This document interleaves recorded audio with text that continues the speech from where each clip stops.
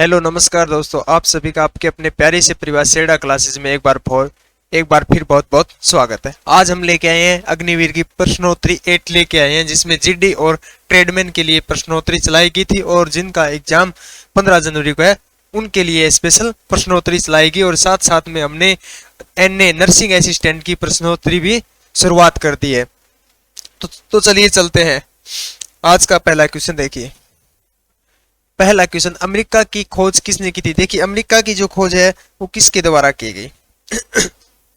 देखिए सबसे पहले तो अमेरिका की खोज कब हुई? तो अमेरिका की जो खोज है वो 1492 में की गई। कब की गई? 1492 में की गई। और किसके द्वारा की गई? तो कोलंबस द्वारा अमेरिका की खोज की गई थी। फिर देखिए भारत की खोज का भी एक व्यक्ति को श्रेय दिया जाता है। देखिए इतिहास का मानना है कि भारत की जो खोज है वो वास्को डी गामा ने की, लेकिन वास्को डी गामा ने भारत की खोज नहीं की थी, सिर्फ समुद्री मार्ग की खोज की थथी। लेकिन ये श्रेय जाता है, इतिहास में लिखा गया है कि भारत की खोज है वो किसने की थी? वास्को डी गामा ने की थी। और कब की थी? यह 1498 में। अमेरिका की खोज है वो कोलंबस ने की थी 1492 में, और भारत की खोज जो है वो वास्को डी गामा ने की थी 1498 में। और वास्को डी गामा जो है भारत में सर्वप्रथम कालीकट बंदरगाह पर आए थे। कालीकट बंदरगाह जो है वो केरल राज्य में है। कहाँ है? केरल राज्य में है, जिसने समुद्री मार्ग की खोज की थी। क्लियर है? चलिए आगे क्वेश्चन नंबर 2 देखिए। निम्न में से भारत को किसकी सदस्यता प्राप्त नहीं? देखिए भारत को निम्न में से किस देश के संगठन की सदस्यता प्राप्त नहीं है? तो ये आप सबको पता है, राष्ट्रमंडल सदस्य संगठन देश की सदस्यता प्राप्त है, और सार्क की भी सदस्यता प्राप्त है, और G20 की भी सदस्यता प्राप्त है। और भारत को दक्षिण पूर्व एशियाई देशों का संघ की सदस्यता प्राप्त नहीं है। तो इसका राइट आंसर होगा डी। चलिए आगे क्वेश्चन नंबर 3, महावीर स्वामी का जन्म कब हुआ? देखिए महावीर स्वामी जो थे वो जैन धर्म से थे, और महावीर स्वामी का जो जन्म है वो कब हुआ? तो महावीर स्वामी का जो जन्म है वो 540 ईस्वी पूर्व में हुआ था। कब हुआ था? ईसा पूर्व। बस ये ध्यान रखें, ईस्वी भी मिलेगा ऑप्शन में और ईसा पूर्व, तो इसका राइट है ईसा पूर्व। महावीर स्वामी का जो जन्म है वो कुंडग्राम में हुआ था। कहाँ होता? कुंडग्राम में।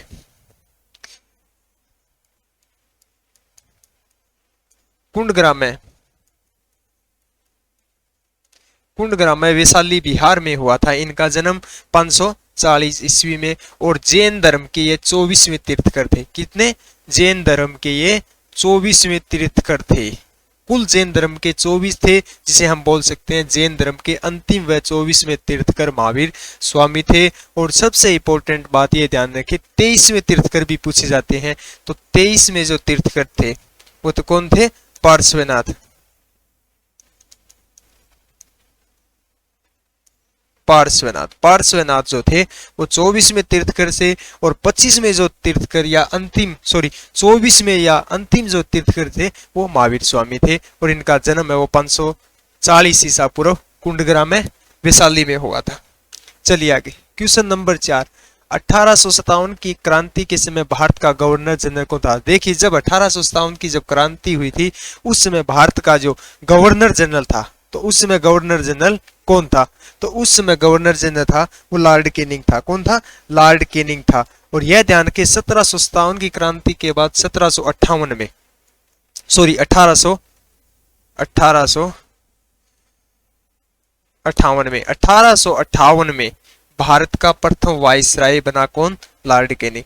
भारत का प्रथम वाइसराय कौन था? वो लॉर्ड कैनिंग था। कब बना था? 1857 के बाद 1858 में। तो भारत का प्रथम वाइसराय लॉर्ड कैनिंग, और 1857 की क्रांति के समय भारत का जो गवर्नर जनरल था वो भी लॉर्ड कैनिंग ही था। चलिए आगे क्लियर है? क्वेश्चन नंबर 5, रोम शहर किस नदी के तट पर स्थित है? देखिए रोम जो शहर है वो किस नदी के तट पर बसा हुआ है? तो रोम शहर जो है वो टाइबर नदी के तट पर बसा हुआ है। किसकी नदी पर? टाइबर नदी के तट पर बसा हुआ है। और टेम्स जो है, टेम्स नदी के तट पर बसा है कौन? लंदन। लंदन जो शहर है वो टेम्स नदी के तट पर बसा हुआ है। और जो सीन नदी जो है, जिसको सेन नदी भी बोलते हैं, इसकी नदी के तट पर बसा हुआ है पेरिस। पेरिस शहर जो है वो सीन नदी के तट पर बसा हुआ है, और लंदन शहर है वो टेम्स नदी, और रोम जो है वो टाइबर नदी के तट पर बसा हुआ है और रावी नदी के तट पर है लाहौर। लाहौर जो शहर है वो रावी नदी के तट पर बसा है और हड़प्पा सभ्यता जो शटल था वह भी रावी नदी के तट पर ही स्थित था। तो चलिए आगे, क्वेश्चन नंबर 6, बड़ा लाचा दर्रा कहाँ स्थित है? देखिए बड़ा लाचा जो दर्रा है वो किस राज्य में स्थित है भारत के? तो बड़ा लाचा जो दर्रा है वो हिमाचल प्रदेश में है और हिमाचल प्रदेश का एक मुख्यतः दर्रा आता है जो काफी बार पूछा गया है, रोहतांग दर्रा। रोहतांग दर्रा जो है वो भी हिमाचल प्रदेश में है। और एक ध्यान और रखें, सिपकिला दर्रा, रोहतांग दर्रा, सिपकिला दर्रा, बड़ा लाचा दर्रा, ये तीनों दर्रे जो मुख्यतः है वे हिमाचल प्रदेश राज्य में। क्लियर है? रोहतांग दर्रा, बड़ा लाचा और सिपकिला दर्रा जो है वो हिमाचल प्रदेश में स्थित है। ज्यादातर रोहतांग दर्रा पूछा जाता है। तो चले आगे, देखिए क्वेश्चन नंबर 7, गिर राष्ट्रीय अभयारण्य कहाँ स्थित है? गिर राष्ट्रीय जो अभयारण्य है वो कहाँ स्थित है? तो यह गुजरात में स्थित है। कहाँ स्थित है? गुजरात में स्थित है। और ध्यान रख कि गिर राष्ट्रीय अभयारण्य से रिलेटेड क्वेश्चन जो है पूछा जाता है वो ये पूछा जाता है, एशियाई बब्बर शेर कहाँ पाए जाते हैं? एशियाई बब्बर शेर जो है एशियाई में वो गिरवन राष्ट्रीय अभयारण्य में ही पाए जाते हैं। और कहाँ पाए जाते हैं? गुजरात में स्थित है। ये एशियाई के सबसे सर्वाधिक बब्बर शेर जो है वो गिरवन राष्ट्रीय अभयारण्य में ही पाए जाते हैं और यह गुजरात राज्य में स्थित है। चलिए आगे, क्वेश्चन नंबर 8, सोया प्रदेश किस राज्य को कहा जाता है? सोया प्रदेश किसको कहा जाता है? यहाँ जहाँ सर्वाधिक सोयाबीन उत्पादन होती है उस प्रदेश को सोया प्रदेश कहा जाता कहते हैं। और सोयाबीन जो है वो सर्वाधिक किस राज्य में होती है? तो मध्य प्रदेश में होती है, इसलिए मध्य प्रदेश को सोया प्रदेश कहा जाता है। चलिए आगे, क्वेश्चन नंबर 9, प्रथम पंचवर्षीय योजना की अवधि। देखिए जो प्रथम पंचवर्षीय योजना है उसकी शुरुआत थी वो कब हुई? तो प्रथम पंचवर्षीय योजना की जो शुरुआत है वो 1951 से लेकर 1956 तक की ये प्रथम पंचवर्षीय योजना थी। और दूसरी पंचवर्षीय योजना का जो काल था वो 56 से लेकर 61 था। और तीसरी पंचवर्षीय योजना का जो काल था वो 61 से लेकर 66 था। और इस पंचवर्षीय योजना चलाने का मुख्य जो उद्देश्य था वो कृषि को बढ़ावा देना था। किसको? कृषि को बढ़ावा देना था। और इस पंचवर्षीय योजना के चलाने के बाद कई सिंचाई योजना भी चलाएगी, जैसे भाखड़ा नागल परियोजना। भाखड़ा नागल परियोजना है वो प्रथम पंचवर्षीय योजना के समय ही चलाई गई थी। एक व्यास परियोजना, दामोदर घाटी परियोजना, यह सभी परियोजना प्रथम पंचवर्षीय योजना के तहत ही चलाई गई थी और कृषि को बढ़ावा देने के लिए। तो प्रथम पंचवर्षीय योजना का काल 1951 से 56, दूसरी का 56 से 61 और तीसरी का 61 से 66। चलिए आगे, क्वेश्चन नंबर 10, भारत का पहला जल विद्युत शक्ति गृह कहाँ प्रारंभ किया गया? देखिए भारत का जो पहला विद्युत शक्ति गृह जो था वो कहाँ स्थापित गया, किस शहर में लगाया गया? तो दार्जिलिंग शहर में लगाया गया। और दार्जिलिंग शहर कहाँ है? पश्चिम बंगाल में। तो भारत का पहला जल विद्युत शक्ति गृह दार्जिलिंग पश्चिम बंगाल में लगाया गया। चलिए आगे, क्वेश्चन नंबर 11, एकल नागरिकता एवं विधि निर्माण प्रक्रिया किस देश के संविधान से ली गई? देखिए एकल नागरिकता जो होती है, कोई भी व्यक्ति है उसके पास सिर्फ एक ही देश की नागरिकता होगी। यह संविधान, यह प्रक्रिया जो है वो भारत के संविधान में किस देश से ली गई थी? तो वो ली गई थी ब्रिटेन से। कैसे?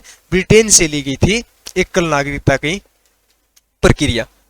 चलिए आगे, क्वेश्चन नंबर 12, पेनाल्टी किक किस खेल से की शब्दावली है? पेनाल्टी किक जो है वो किस खेल की शब्दावली है? तो पेनाल्टी किक है वो फुटबॉल खेल की है। किस खेल की है? फुटबॉल खेल की है। और इस किक से रिलेटेड एक और ध्यान रखिए, फ्री किक जो है, फ्री किक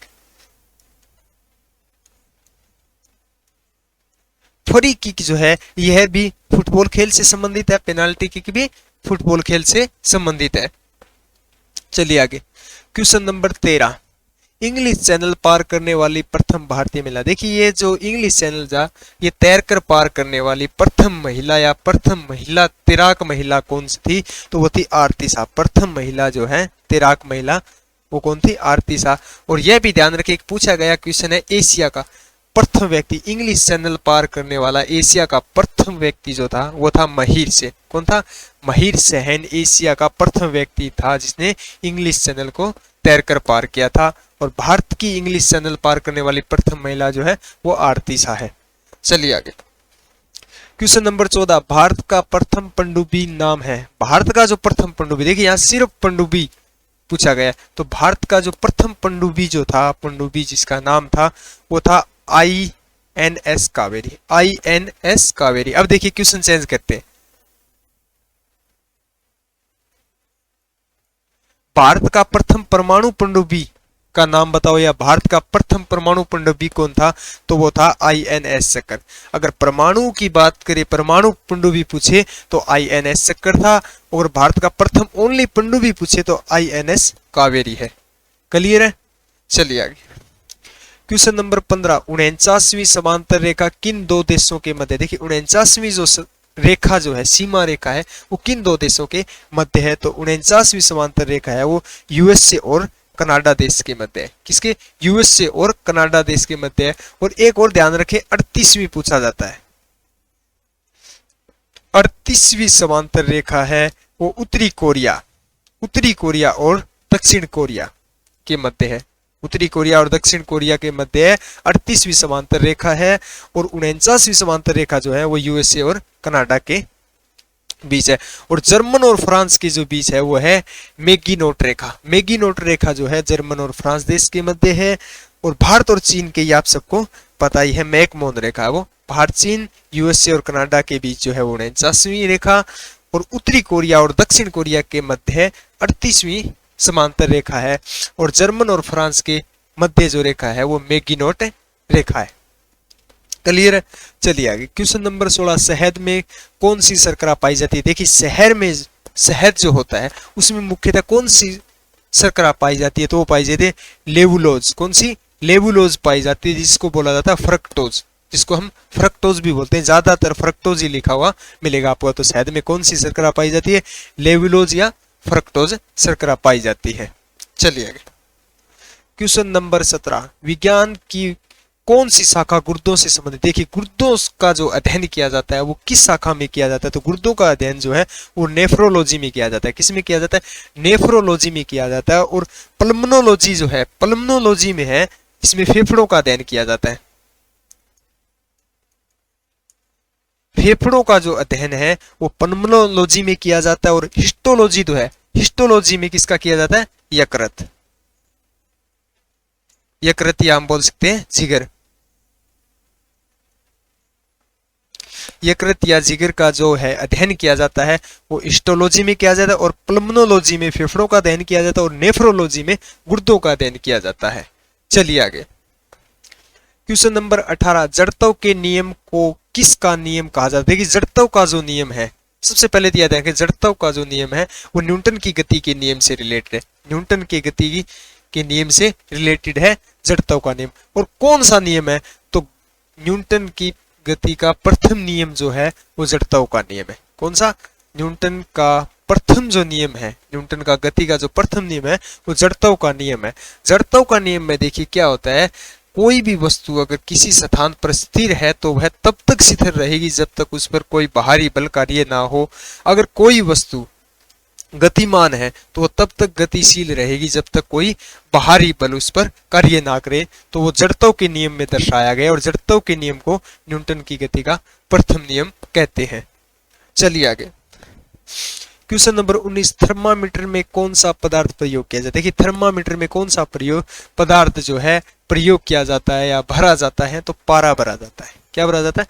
पारा भरा जाता है। तो सबसे पहले तो यह ध्यान रखिए थर्मामीटर का उपयोग क्यों किया जाता है। थर्मामीटर में देखिए ताप का मापा जाता है, तापमान को मापा जाता है। किसको? तापमान को मापा जाता है। और थर्मामीटर में निम्न तापमान को मापा जाता है। ये ध्यान रखें, निम्न तापमान को थर्मामीटर में मापा जाता है। और उच्च तापमान को, देखिए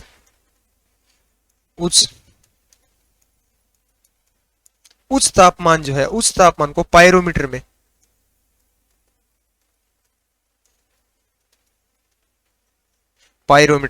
निम्न तापमान को तो थर्मामीटर में मापा जाता है और उच्च तापमान को पायरोमीटर में मापा जाता है।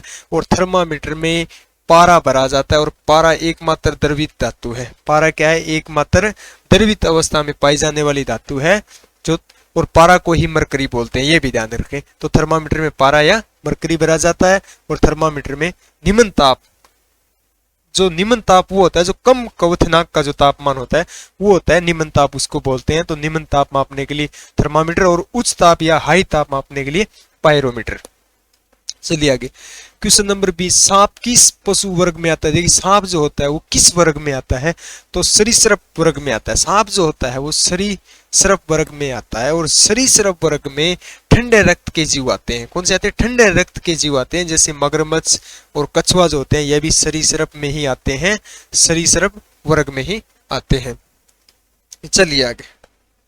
क्वेश्चन नंबर 21, सबसे हल्की गैस है। देखिए सबसे हल्की जो गैस है ये कार्बन डाइऑक्साइड, नाइट्रोजन, हाइड्रोजन। तो सबसे हल्की जो गैस है वो हाइड्रोजन होती है। कौन सी होती है? सबसे हल्की गैस जो है वो हाइड्रोजन गैस है। और हाइड्रोजन गैस जो है वो रंगहीन होती है, जिसका कोई रंग नहीं होता, रंगहीन है, और यह एक स्वादहीन भी है, इसका कोई स्वाद नहीं, और इसको बोल सकते हैं गंधहीन, इसमें किसी भी प्रकार की गंध नहीं आती। और सबसे इंपॉर्टेंट बात जो है वो ध्यान रखें, हाइड्रोजन जो गैस है वो ज्वलनशील होती है, जलने में सहायक होती है, जलने में सहायक होती है, ज्वलनशील गैस है।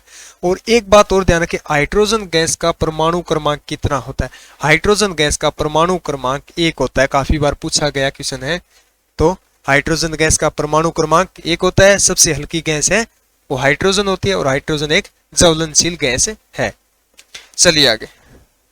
क्वेश्चन नंबर 22, फिटकरी में कौन सा अम्ल पाया जाता है? फिटकरी जो होती है उसमें कौन सा अम्ल पाया जाता है? फिटकरी में सल्फ्यूरिक अम्ल पाया जाता है। कौन सा? सल्फ्यूरिक अम्ल पाया जाता है। राइट आंसर इसका डी होगा। चलिए आगे। क्वेश्चन नंबर 23, प्राथमिक रंग कितने प्रकार के होते हैं? देखिए प्राथमिक रंग जो है वो 3 प्रकार के होते हैं। प्राथमिक रंग कितने? 3 प्रकार के होते हैं, जिसको काफी बार क्वेश्चन को घुमाया जाता है। जैसे पूछा टेलीविजन के रंग होते हैं। देखिए टेलीविजन के प्राथमिक रंग ही होते हैं, और प्राथमिक रंग 3 होते हैं। देखिए पहला लाल, दूसरा हरा, और तीसरा नीला। लाल, हरा, नीला ये तीनों प्राथमिक रंग है, इन्हीं को बोला जाता है टेलीविजन का रंग। और ये भी ध्यान रखिए प्राथमिक रंग है वो 3 ही प्रकार के होते हैं, लाल, हरा, नीला, जिनको बोला जाता है टेलीविजन का रंग या प्राथमिक रंग। चलिए आगे। क्वेश्चन नंबर 24, कोशिका की खोज किसके द्वारा की गई? देखिए कोशिका की जो खोज है वो किसके द्वारा की गई? तो कोशिका की खोज है वो रॉबर्ट हुक के द्वारा की गई। किसके द्वारा? रॉबर्ट हुक के द्वारा की गई। और मानव शरीर की, यह भी देखिए मानव शरीर की सबसे बड़ी कोशिकाएं, मानव शरीर की सबसे बड़ी कोशिकाएं जो होती है वो अंडाणु होती है। और मानव शरीर की सबसे छोटी कोशिकाएं जो है वो शुक्राणु होती है। और सबसे लंबी कोशिका होती है वो तंत्रिका कोशिका होती है। क्लियर है? सबसे बड़ी अंडाणु, सबसे छोटी कोशिका शुक्राणु, और सबसे लंबी तंत्रिका कोशिका होती है। और कोशिका की जो खोज है वो रॉबर्ट हुक द्वारा की गई थी। चलिए आगे। क्वेश्चन नंबर 25, प्रकाश की गति को सर्वप्रथम किसने मापा, या प्रकाश की गति का सर्वप्रथम वेग किसने मापा? तो वो मापा था रोमर ने। किसने मापा था? रोमर ने मापा था। या प्रकाश का वेग सर्वप्रथम या गति वो रोमर ने नापा था। तो आपको कैसा लगा आज का हमारा सेक्शन? उम्मीद करते हैं आप सबको अच्छा लगा होगा। तो बने रहिए हमारे साथ, मिलते हैं अगली वीडियो के साथ। अगर आपने हमारे चैनल को अभी तक सब्सक्राइब नहीं किया तो सब्सक्राइब करें, शेयर करें। अगर आप हमारे चैनल पे नए हैं और हमारे सेरडा क्लासेज ऐप को अभी डाउनलोड नहीं किया है तो नीचे वीडियो की डिस्क्रिप्शन में लिंक दिया है, अभी सेरडा क्लासेज ऐप को डाउनलोड करें। जय हिंद, जय भारत।